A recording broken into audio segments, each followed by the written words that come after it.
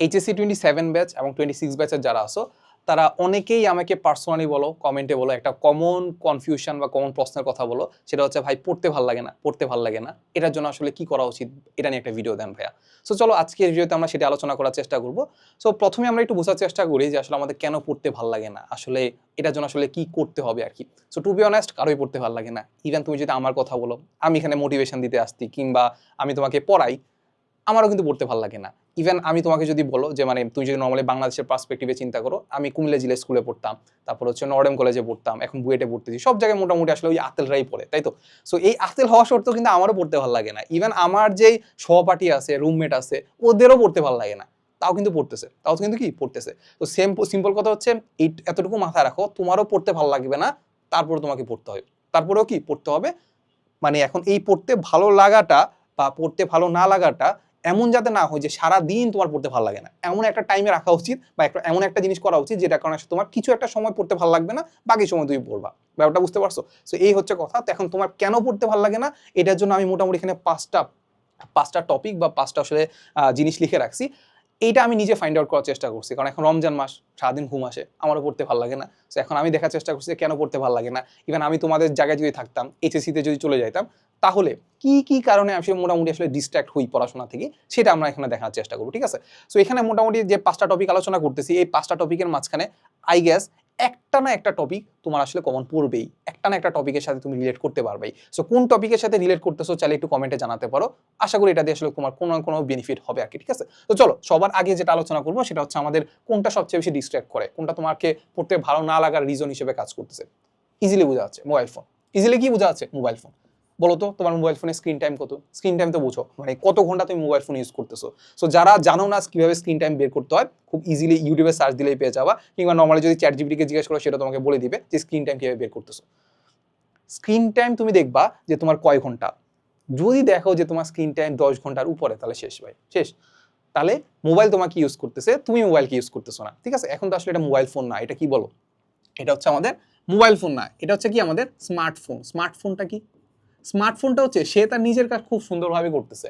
Smartphone সে খুব smartly কাজ করতেছে। সে তার সুন্দরভাবে তার কাজটা কি ছিল? তার কাজটা হচ্ছে তোমাকে ইনফ্লুয়েন্স করা, তোমাকে ইনফ্লুয়েন্স করা, ওইটা ইউজ করতে, মানে সেটা সে ভালোভাবেই করতেছে। এন্ড খুব ইজিলি আমরা দেখতে পাচ্ছি যে আমাদের স্ক্রিন টাইম যদি 10 ঘন্টা হয়, তুমি আসলে দিনে 24 ঘন্টার মাঝখানে ঘুমায় তো 10 ঘন্টা, বাকি 14 ঘন্টার মাঝখানে 10 ঘন্টায় যদি তুমি আসলে মোবাইল দিকে তাকাও, তাহলে তুমি তো আসলে ওইটাই সবচেয়ে বেশি ইউজ করতেছো, ঠিক তাই তো? মানে ওইটাই ইউজ করতেছো না, আসলে মোবাইলটা তোমাকে ইউজ করতেছে। সো যাই হোক, ইভেন আমি যদি চিন্তা করি আমারও স্ক্রিন টাইম আসলে 10 ঘন্টার উপরে। যাই হোক, সো একটু কমেন্টে জানাও যে তোমার স্ক্রিন টাইমটা কেমন, সেটা আমরা একটু দেখার চেষ্টা করি আর কি। মোটামুটি আসলে ওভারঅল কাদের কেমন স্ক্রিন টাইম। তো যাই হোক, যেটা হচ্ছে কি একটু বোঝা উচিত, একটু মেন্টালিটিটা একটু চেঞ্জ করা উচিত। সো আমি প্রথম পয়েন্টে আসলে এটাই আলোচনা করতেছিলাম যে মেন্টালিটি চেঞ্জ করা উচিত, যে ওই ফোনটা স্মার্টফোন ঠিক আছে, বাট আমাকেও স্মার্ট হইতে হবে। আমি যদি স্মার্ট না হই, তাহলে ওই ফোনটা কি করবে? আমাকে ডিস্ট্রাক্ট করবে সবকিছু থেকে, যে না আমাকে ইউজ করো। ওই যে আমরা কিছু রিলস দেখি না, ওই যে শশা কলা যারা আসলে বলে যে আমাকে খা, আমাকে খেলে এটা হবে ওইটা হবে, এক্স্যাক্টলি মোবাইল ফোনটা সেই কাজটা করতেছে। ওই স্মার্টলি সে কাজ করতেছে যে আমাকে ইউজ কর, আমাকে ইউজ কর। সো খুব সিম্পল কথা, তোমাকে নিজেকে স্মার্ট হইতে হবে, তোমার নিজের মেন্টালিটিটা গ্রো করতে হবে। যদি আমি ওইটা ইউজ করি, ওইটা ইউজ করবো এমনভাবে যেটা আসলে ওইটা আমার কাজে লাগবে। প্রথম কথা হচ্ছে কি এটা, যে আমার মেন্টালিটিটা কি করতে হবে? গ্রো করতে হবে, ঠিক আছে? ওকে, মেন্টালিটি গ্রো করে ফেললাম। এইবার যেটা করতে হবে, মেন্টালিটি গ্রো করে ফেলছি, আমি বুঝতে পারতেছি যে আসলে আমাকে এটাকে সুন্দরভাবে ইউজ করতে হবে, তারপরেও না কেন জানি হচ্ছে না। খুব সিম্পল কথা, সাজেশনটা চেঞ্জ করো। সাজেশন মানে কি? প্রথম কথা যদি আমি চিন্তা করো, যদি আমি কলেজ লাইফের কথা চিন্তা করি, কলেজ লাইফে আমি ইউটিউবে যদি ঢুকতাম, প্রথম যে ভিডিওগুলো আসতো, সাজেশনগুলো আসতো, কিসের সাজেশন আসতো জানো? ওই যে নোরা ফাতেহির গান আসতো, নোরা ফাতেহির আইটেম সং আসতো। এরপরে যদি আমি অ্যাডমিশনের কথা চিন্তা করি, অ্যাডমিশনের ক্ষেত্রে কি আসতো বলতো? অ্যাডমিশনের ক্ষেত্রে পুরো জিনিসটা চেঞ্জ হয়ে আমার চলে আসতো এমন কি জানো? ওই অন্যরকম পার্সোনাল ভিডিও আসতো। মানে আমি যদি এইচএসসির অ্যাডমিশনের কথা চিন্তা করি, তখন তো আসলে মানে 20 ব্যাচের কথা। সো 20 ব্যাচে তখন আসলে আমাদের এত একটেক ছিল না। আমি আনাস ভাইয়ের কিছু ভিডিও দেখতাম। সো আনাস ভাইয়ের হালকেনস্টাইনের যে মোটিভেশন কিংবা গাইডলাইনে কিছু ভিডিও আসতো, আর হচ্ছে আমাদের অন্যরকম পার্সোনাল ভালো ভালো ভিডিও আসতো। ব্যাপারটা বুঝতে পারছো? সো ওই নোরা ফাতেহি থেকে তোমার আসলে ওই জিনিসগুলোতে আসা উচিত যেগুলো তোমার আসলেই কাজে লাগবে। ব্যাপারটা বুঝতে পারছো? যদি এখনো আবার নোরা ফাতেহি আসে, তো যাই হোক, আবার চেঞ্জ করে ফেলবো। সাপোজ আমি চাকরি পরীক্ষা দিতে যাবো, তখন দেখবা যে আমি সাজেশন চেঞ্জ করবো। সাজেশন কিভাবে চেঞ্জ করবা? খুব ইজিলি, তুমি যদি অন্যরকম পার্সোনাল ভিডিও দেখতে চাও, অন্যরকম পার্সোনাল ভিডিও সার্চ দিতে থাকো। তুমি যদি হালকেনস্টাইনের ভিডিও দেখতে চাও, হালকেনস্টাইনের ভিডিও সার্চ দিতে থাকো, দেখবা ইউটিউব তোমাকে নিজ থেকে সাজেশনগুলো চেঞ্জ করে দিবে। ব্যাপারটা বুঝতে পারছো? তো তোমার সাজেশন যদি হয় ভালো জিনিস, তাহলে দেখবা যে তোমার মনের অজান্তেই তুমি এটা দেখতে চাবা। সাপোজ তোমাকে একটা হঠাৎ করে সামনে একটা ভিডিও আসছে যে ভরকেন্দ্র আর ভারকের মধ্যে ডিফারেন্স কি, তুমি যেটা পারো না, ভরকেন্দ্র আর ভারকেন্দ্রের মধ্যে ডিফারেন্স কি সেটা তুমি পারো না। যখন পারো না তুমি অটোমেটিকলি ওটাতে ক্লিক করে দেখার চেষ্টা করো। এখন যদি দেখো ওই 10 মিনিট বা 20 মিনিট তোমার কি ওয়েস্ট হচ্ছে না, ওইটা থেকে অ্যাটলিস্ট তুমি কিছু না কিছু শিখতে পারতেছো বা কিছু না কিছু ইনফ্লুয়েন্স পাচ্ছ যে না তোমার আসলে পড়াশোনা করা উচিত। ব্যাপারটা বুঝতে পারছো? সো একটু হেভিটটা চেঞ্জ করো, সাজেশনটা একটু চেঞ্জ করার চেষ্টা করো, ঠিক আছে? চলো এরপরে আমরা যেটা করবো সেটা হচ্ছে আমাদের টার্গেট ফিক্স করা। কি করা? টার্গেট ফিক্স করা। তুমি সুন্দর করে পড়াশোনা করতেছো, জানো যে তোমার এই সামনের মাসে কিংবা পরের দিন তোমার হচ্ছে পরীক্ষা আছে, সামনের মাসে 1 মাস বা 2 মাস পরে পরীক্ষা আছে, তুমি আসলে কোনো ধরনের রুটিনই করো নাই, তোমার মনে হচ্ছে না না না পড়লে হয়ে যাবে, পড়লে হচ্ছে যে কোনো একটা কোর্সে ভর্তি আছি, ভালো কোর্সে ভর্তি আছি, পড়তেছি ক্লাস করতেছি, যখন ভালো লাগে করতেছি না, ব্যাপারটা বুঝতে পারছো? এমনি হবে না। তুমি যাই পড়ো না কেন ওই বাইরের ডিস্ট্রাকশন, মোবাইল ফোন বা যাবতীয় সকল কিছু ডিস্ট্রাকশনের কারণে ওটা তোমার আসলে ওই যে মানে যেটা আসলে বেশি ইম্পর্টেন্স দিচ্ছ ওই ইম্পর্টেন্সটা কিন্তু হারাই যাবে।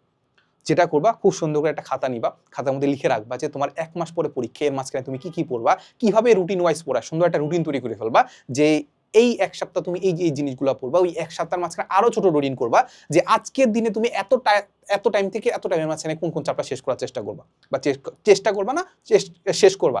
শেষ করার পরে যদি শেষ না করতে পারো তাহলে বাকি যতটুকু আছে তাহলে ওটা পরের রুটিনের সাথে অ্যাড করে ফেলো।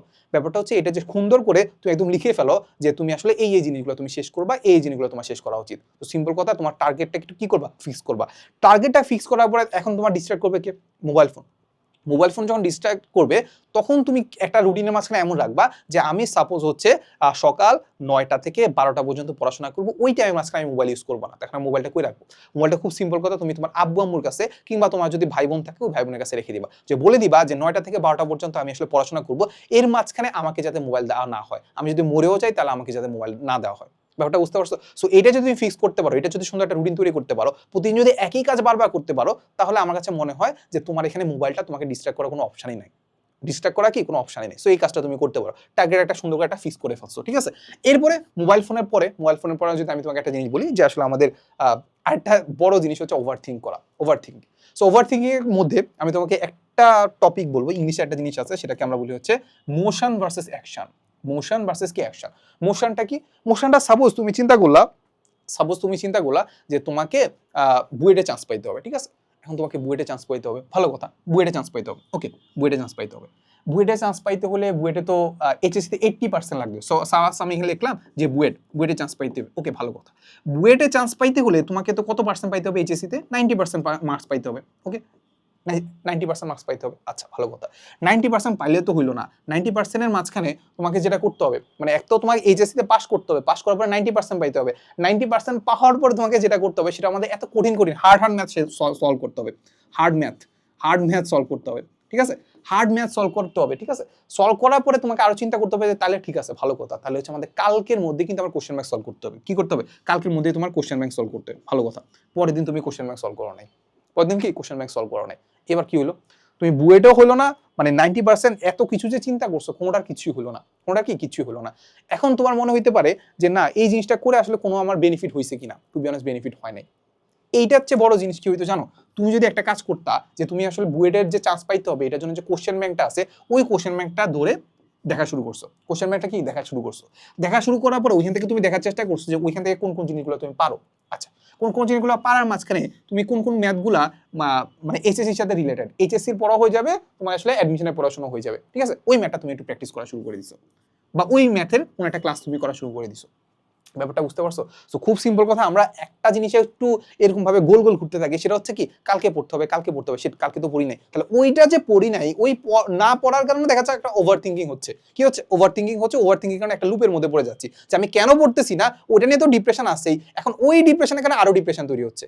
সো এইটা না কাজ করে তুমি হচ্ছে কি করো ফেলো, অ্যাকশনে চলে যাও, মোশনের মধ্যে না থেকে অ্যাকশনের মধ্যে চলে যাও। কি করবা? অ্যাকশনের মধ্যে চলে যাও। তো খুব সিম্পল কথা, আমি তোমাকে যদি আরেকটা এক্সাম্পল দিয়ে বলে যে এমন হইতে পারে ধরো সাপোজ হচ্ছে তোমাকে বললাম যে তুমি চিন্তা করতেছো আমার একটা বই লিখতে হবে, ওকে, ভালো কথা, বইয়ের মাঝখানে কি কি লিখতে হবে? এটা লিখতে হবে। এর চেয়ে ভালো কথা হচ্ছে তুমি বইটা লেখা শুরু করে দাও, এরপরে বাকিটা দেখা যাবে। সো কোশ্চেন ব্যাংক তোমার অনেক কঠিন, কোশ্চেন ব্যাংকের পড়া অনেক পড়তে হবে, এর চেয়ে বড় জিনিস হচ্ছে কোশ্চেন ব্যাংকটা তুমি হাতে নাও, হাতে নিয়ে প্র্যাকটিস করা শুরু করে দাও। সো এই হচ্ছে কথা, ওভার থিঙ্কিং বাদ দাও, মোশনে না থেকে তুমি অ্যাকশনে চলে যাও। কি করো? মোশনে না থেকে অ্যাকশনে চলে যাও। ব্যাপারটা হচ্ছে এটা, মানে কি কি পড়তে হবে এটার চেয়ে বড় জিনিস তুমি পড়তেছো কিনা, কি কি পড়তে হবে ওটা বাদ দাও, তুমি পড়তেছো কিনা সেটা দেখো, ঠিক আছে? ওকে, এরপরে চলে যাই সেটা হচ্ছে আমাদের কনফিডেন্সের অভাব। তুমি এইচএসসি 7 ব্যাচে এই এইচএসসি 27 ব্যাচের কথা যদি আমরা চিন্তা করি, 27 ব্যাচের মানুষজন আসলে এখন ফার্স্ট ইয়ার ফাইনাল দিয়ে দিচ্ছো, তাই তো? সো অনেকে ফার্স্ট ইয়ার ফাইনালে দেখা যাচ্ছে ফেলও করছো, তোমার কনফিডেন্স একদম লো। আবার অনেকে আসো যারা আসলে মোটামুটি ধরো হচ্ছে 60 বা 50% কমপ্লিট করছো সিলেবাস, তারও একটু কনফিডেন্স লো আছে, ঠিক না? এখন তুমি চিন্তা করো যারা একদম সামনের দিকে আছে তারা মোটামুটি ক্লিয়ার আছে, তারা আসলে বুয়েটে চান্স পাবে, বুয়েটের জন্য পড়াশোনা করবে, তাদের কম্পিটিশন সবাই। এখন আমি একটা অন্যভাবে তোমাকে বলি, যাদের 50 থেকে 60% আছে, যাদের 50 থেকে 60% কমপ্লিট হয়েছে সিলেবাস, তারা সাপোজ হচ্ছে অনেকে হয়তো বা এখন প্রি এডমিশন কোচিং করতেছে, অনেকে দেখবা 27 ব্যাচের প্রি এডমিশন কোচিং করতেছে, ইভেন আমি এটা সাজেস্টও করি। আবার 26 ব্যাচের যারা আছে তারাও দেখবা যে অনেকে প্রি এডমিশনে কোচিং করতেছে। প্রি এডমিশন কোচিং এর মাঝখানে দেখা যায় কোন একটা চ্যাপ্টার পড়ছে, সাপোজ গতিবিদ্যা পড়ছে, গতিবিদ্যার মাঝখানে তুমি এক্সাম দিতে বসছে, সে পাইছে কত জানো? সে পাইছে হচ্ছে 20%। কত পাইছে বলো তো? 20%। এখন বলো 20% কি আসলে বুয়েটে চান্স পাওয়া সম্ভব? সম্ভব না তো। সো সে এটা দেখেই বুঝে ফেলছে যে না, তার বুয়েট হবে না, তার কি বুয়েট হবে না। এটা একটা বড় কনসার্ন। 20% পাইলে হবে না, ঠিক আছে, বাট তোমাদের টাইম আছে। 27 ব্যাচের অনেক টাইম আছে, 26 ব্যাচের অনেক টাইম আছে। একটু চিন্তা করো তোমার বুয়েটের সিট কয়টা লাগবে বলো তো? সিট লাগবে একটা। সিট লাগবে কি একটা? সবগুলো সিট লাগবে না তো। সো তোমার সিট যদি একটাই লাগে, তোমার কম্পিটিশন তো তুমি নিজেই। ওই একটা সিটের জন্য তুমি লড়াই করতেছো, তাহলে তোমার কম্পিটিশন তুমি নিজে। এভাবেই চিন্তা করবা যে কম্পিটিশন যদি তোমার নিজে হয়, তুমি যা চিন্তা করবা যে তোমার বুয়েটে চান্স পাওয়ার জন্য কত পার্সেন্ট লাগে। আমরা ওভারঅল ধরে নেই 60% লাগতেছে, তো শেষ তো। তুমি একটা চ্যাপ্টারের এক্সাম দিছো, সেখানে তুমি 20% পাইছো, ভালো কথা, ভালো খারাপ পাইছো, ঠিক আছে। এরপরে এই চ্যাপ্টারটা আবার পড়ো, আবার ভালো করে পড়ো। ভাইরা যেসব কোশ্চেনগুলো প্র্যাকটিস করতে বলছো, এগুলো ভালো করে প্র্যাকটিস করো। প্র্যাকটিস করার পরে তুমি কি করবা জানো? ওইটা রিলেটেড যত ধরনের কোশ্চেন ব্যাংকের ম্যাথ আছে, ওগুলো সলভ করার চেষ্টা করে ওই সেম পরীক্ষাটাই, কিংবা একটু ডিফারেন্ট ভাবে একটু পরীক্ষাটা, মানে এই চ্যাপ্টারের উপর যদি আবার পরীক্ষা দাও, 20% পাবা? পাবা না তো, আরেকটু বেশি পাবা। কত পার্সেন্ট পাবা? 30% পাবা। ওকে, এখন এই 30%কে তুমি যদি বারবার প্রিপারেশন নিতে থাকো, যে কোনো একটা চ্যাপ্টারকে যদি বারবার প্রিপারেশন নিয়ে পড়তে থাকো বা প্র্যাকটিস করতে থাকো, এটা কি কখনো না কখনো 60% যাবে না? কোনো না কোনো 60% যাবে না? অবশ্যই যাবে। তাহলে কোনো একটা চ্যাপ্টার পড়তে এমনভাবে পড়ো, এত ভালো করে পড়ো, সেটা যাতে আসলে তোমার 20 থেকে 60% যাইতে পারে। যদি ফুল সিলেবাস কমপ্লিট না হয়, তোর অর্ধেক সিলেবাস কমপ্লিট হয়েছে, তো অর্ধেকটা তো ভালো করে পড়ো। ব্যাপারটা বুঝতে পারছো? সো তোমার কম্পিটিশন নিজেই, এটা চিন্তা করে একটু পড়াশোনা করো, ঠিক আছে? সো অনেকে যেটা করে যে কনফিডেন্সের অভাব, মানে যেটা বললাম যে এক্সাম দিয়ে মনে করে যে না, আমার দ্বারা তো হবে না, তাহলে শেষ। এটা একটু বাধ্য, এটা কি করো, এটা একটু বাধ্য। এরপরে একটা বড় কনসার্ন হচ্ছে আমরা টেবিলে বসে পড়ি না। টেবিলে বসে পড়ি না। সো অনেকে যেটা করে সেটা হচ্ছে অনলাইন ক্লাসের যুগে আমরা যেটা করি আর কি, সেটা হচ্ছে আমরা শুয়ে পড়াশোনা করি। ইভেন হচ্ছে সোফায় শুয়ে পড়াশোনা করি। তারপর হচ্ছে যা দেখতেছি ভাই পড়াচ্ছে, খুব কষ্ট করে পড়াচ্ছে, ভালো, আমিও দেখতেছি, আমি তো খুব মজা করে দেখতেছি, ঠিক না? সো ভাই কষ্ট করতেছে, ভাইয়ের এদিকে টাকা লাভ হচ্ছে, মানে টাকা তো পাচ্ছে নাকি, আমি যখন পড়াচ্ছি আমি তো টাকা পাচ্ছি। ইভেন আমি কষ্ট করে পড়তেছি, আমার আসলে ব্রেন শার্প হচ্ছে। তোমার কি লাভ হচ্ছে? তুমি তো ঘুম আসতেছে। দেখবা যারা আসলে শুয়ে ক্লাস করে, তার দেখবা যে বেশিরভাগই ঘুমায় পড়ে। কিছুক্ষণ, মানে 2 ঘন্টার ক্লাস দেখবা শেষ করতে 5-6 ঘন্টা লাগে না? লাগে তো নাকি? এটার বড় রিজন হচ্ছে আমরা টেবিলে যখন বসে পড়ি না, তখন আমাদের ইফিসিয়েন্সি একদম লো হয়ে যায়। আমরা আসলে পড়াশোনার মধ্যে থাকি না, টু বি অনেস্ট, পড়াশোনার মধ্যে থাকি না। তোমাকে যেটা করতে হবে, অবশ্যই টেবিলে বসে পড়াশোনা করতে হবে। এখন টেবিলে বসে পড়াশোনা করার জন্য দেখবা যে প্রথম দিন যখন পড়াশোনা করতে গেছো, টেবিলে বসে পড়াশোনা করতে যাবা, মানে পড়াশোনা হচ্ছেই না, হচ্ছে না। সো প্রথম যে রুলস যেটা আছে, সেটাকে তোমাকে টেবিলে বসে পড়ার বা টেবিলে বসার অভ্যাসটা করতে হবে। তুমি যে কোনো কাজ করো, তুমি টেবিলে বসে মোবাইল দেখো, রিলস দেখো, তারপরে টেবিলে বসে দেখো।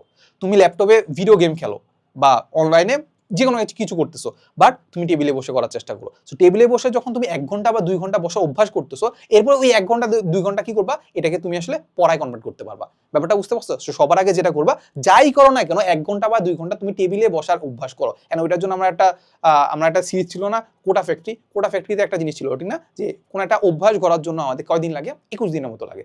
সো একটা সুন্দর একটা লেখা আছে, দেখো, it takes 21 days to change your habits. তোমার যদি অভ্যাস চেঞ্জ করতে হয়, 21 ডেজ তুমি কি করবা? ওই টেবিলে বসার প্র্যাকটিস করবা। ওই প্র্যাকটিস করে এরপরে তুমি আসলে কি করবে, এটাতে পড়াতে কনভার্ট করে ফেলবা। ব্যাপারটা বুঝতে পারছো? সো এইটা করলে দেখবা যে তোমার পড়ার লেভেল এখান থেকে ডিরেক্ট এখানে চলে গেছে। এটা একটু ট্রাই করতে পারো। ওকে, এরপরে সেটা হচ্ছে আমাদের লিখার অভ্যাস না করা। ঠিক আছে, কি লিখার অভ্যাস না করা। সো নরমালি আমরা যেটা দেখতে পাই যে আমরা কোনো একটা জিনিস পড়তেছি, ওইটার কারণে আমার যেই পড়াটা হচ্ছে, এটাকে যদি আমি আসলে জোরে পড়ি, ওটার ইফিসিয়েন্সি আরো বাড়তেছে, ওটা আরো বেশি দিন মাথা থাকতেছে।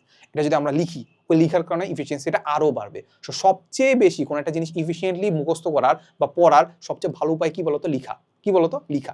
এই লিখার মাধ্যমে তোমার ডিস্ট্রাকশন যেমন কম হচ্ছে না, তোমার আসলে যে জিনিসটা আসলে মনে রাখার কথা, সেই জিনিসটা মনে রাখার এফিসিয়েন্সিটা সবচেয়ে বেশি থাকবে। সো তুমি যাই করো না কেন সবচেয়ে ভালো হচ্ছে তুমি সবকিছু লিখে ফেলবা। কি করবা? লিখে ফেলবা। সো অনেকে বলে যে নোট করো না, নোট করো না, নোট করো না। আমার কথা হচ্ছে তোমার এই নোটটা পরে কাজে লাগুক আর না লাগুক, তুমি তো লিখতেছো। তুমি তো একটু এক্সট্রা কাজ করতেছো। এই এক্সট্রা কাজের কারণে তোমার কি মনে হয় যে তোমার সৃষ্টিকর্তা তোমাকে কিছু এক্সট্রা দিবে না? দিবে তো। সো যাই করো না কেন একটু লিখার অভ্যাস করো। লিখলে দেখবে যে তোমার ঘুমও আসতেছে না, তোমার জিনিসগুলো খুব ইজিলি মাথায় থাকতেছে। ব্যাপারটা বুঝতে পারছো? সো লিখার অভ্যাস করো। এটা হইতে পারে তোমার পরীক্ষাও হইতে পারে। তোমার পরীক্ষায় যত লিখতেছো ওইটা তোমার একটা প্র্যাকটিসের মধ্যে পড়তেছে। সো এই মোটামুটি একটা কথা যে আমি এখানে 5টা টপিক বললাম। এই 5টা টপিকের মাঝখানে তুমি এটা আমাকে কমেন্টে জানাও যে আসলে কোন টপিকটা তোমার কাছে সবচেয়ে বেশি রিলেটেবল মনে হইছে। ব্যাপারটা বুঝতে পারছো? এই তো। সো মোটামুটি আমার কাছে পার্সোনালি মনে হইছে যে এই 5টা টপিক তোমার সাথে আলোচনা করা উচিত। এই 5টা টপিকের মধ্যেই দেখবা যে সবগুলো তোমার সমস্যা কমপ্লিট হয়ে যাচ্ছে। ঠিক আছে? আর এর বাইরে আমি আরেকটা জিনিস তোমাকে একটু বলে রাখি যে আমাদের যে 0 to বুয়েট এন্ড 2.0 যে কোর্স আছে যেটা আমাদের প্রি অ্যাডমিশন কোর্স, অ্যাডমিশনের আগে আমরা 60 থেকে 70% তোমাকে কমপ্লিট করে ফেলতেছি। সো কমেন্টে লিংক দেওয়া আছে, ডেসক্রিপশনেও লিংক দেওয়া থাকবে। এটা একটু দেখবা, দেখে যে বোঝার চেষ্টা করবো যে আসলে আমাদের এটা কি কারণে দিছি, কি কারণে তোমাকে এটা করা উচিত। আসলে পার্সোনালি মনে হয় এইচএসসি 27 ব্যাচ 26 ব্যাচের প্রতিটা স্টুডেন্টকে এই কোর্সের মধ্যে থাকা উচিত। কেন থাকা উচিত তুমি হচ্ছে কোর্সের কন্টেন্টগুলো দেখলেই বুঝতে পারবে। ঠিক আছে? সো যাই হোক, সো দেখা হবে নেক্সট কোনো ভিডিওতে। এর বাইরে কারো যদি কোনো সমস্যা থাকে চাইলে একটু কমেন্টে জানাতে পারো। আমি ইনশাল্লাহ এটা নিয়ে আসলে ভিডিও বানাবো। ঠিক আছে? সো আসসালামু আলাইকুম সবাইকে।